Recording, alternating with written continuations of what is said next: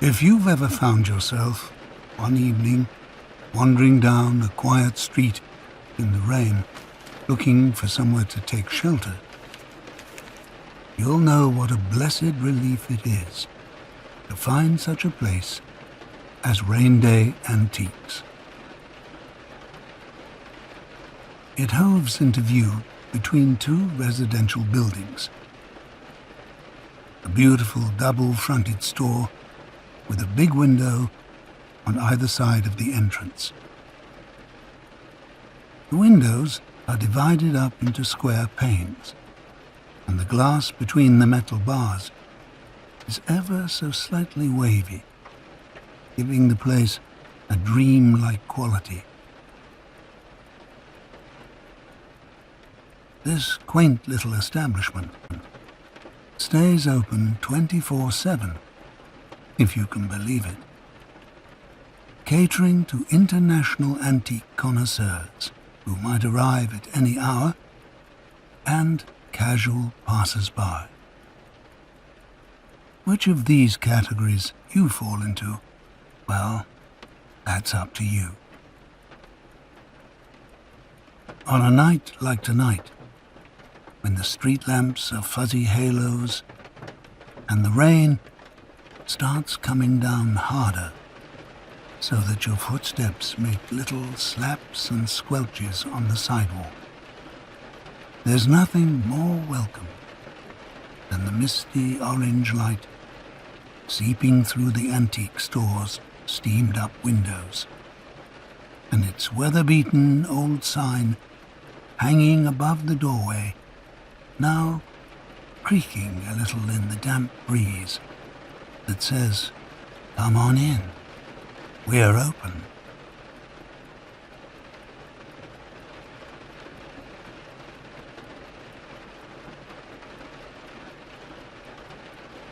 Inside, Rain Day Antiques is as cozy as can be. Push open the door and you'll find yourself enfolded in a set of heavy red velvet drapes, extra protection against the elements. As you emerge through these into the store, the drapery rings click gently as they glide across the rail. It's quite a place. Above you is a domed skylight that looks up into the night, and the rain patters satisfyingly onto the glass overhead.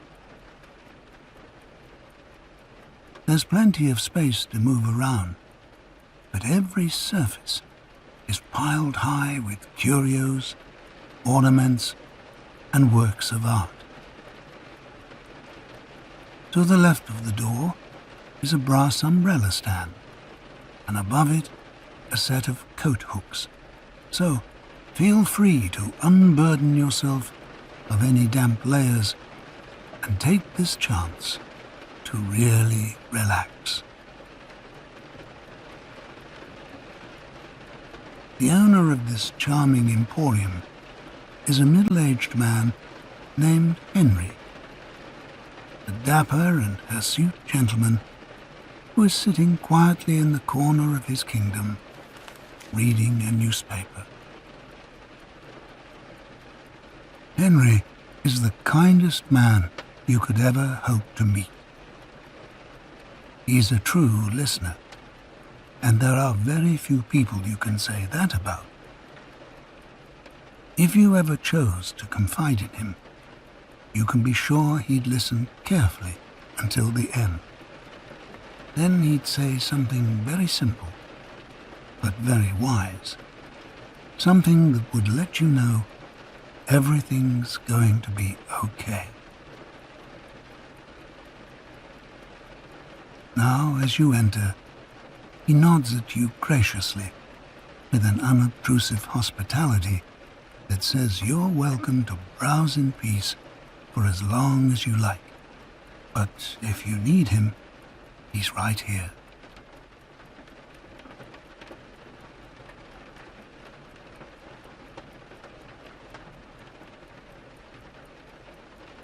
Have you ever seen so many wonderful items in one place? Look over there. Sitting proudly on top of an antique sideboard is a leather hippo, about the size of a footstool.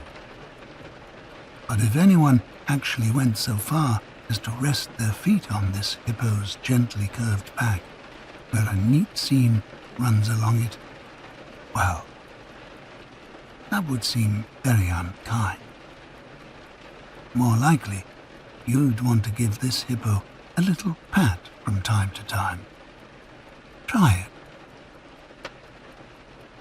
His mahogany-colored bulk is surprisingly firm, with just a hint of something rumpled underneath. His stuffing. Where he's been sewn together, his stitches are straining somewhat, as if he's had one too many good meals. Well, he's lived a long time. Over the years, he's become rather worn and discolored in places, but that only adds to his character. You'd almost be tempted to give him a name. What could it be? George? Aubrey? Or perhaps her name is Victoria or Gretchen. Either way, this is one dignified hippo.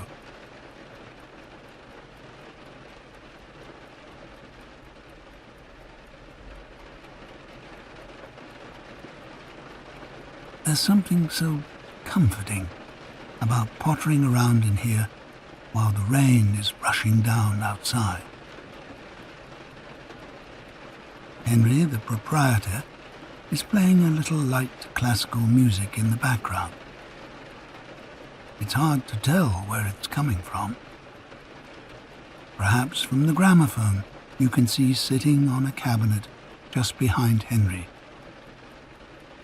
Its golden horn wide open in the low light like a night-blooming flower.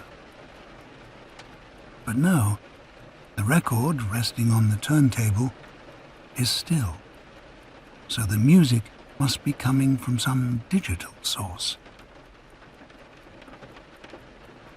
Beneath the gramophone, a sign states firmly, "Not for sale." Well, of course, it's hard to imagine how Henry can bring himself to part with any of these things. In any case, the gentle strings are a perfect accompaniment to the rain, which is trickling down the storefront windows with a rushing, crackling sound, which reminds you, such is the coziness in here, of the sound a fire makes, burning logs in a hearth.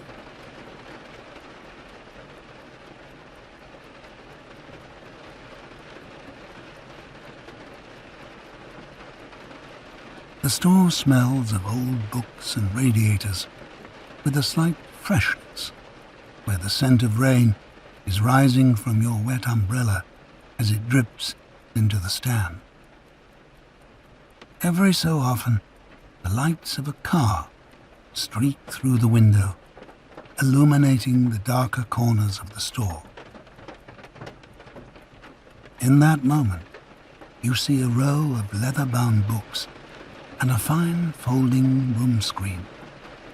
Its silk panels are embroidered with Japanese scenery. Houses with curved roofs surrounded by trees. A bridge arching over a river. Sound of the car passing is a loud sigh when the rain seems to briefly up its tempo before resuming its steady rhythm. You could stay here all night, just breathing in and looking at things, thinking about their stories.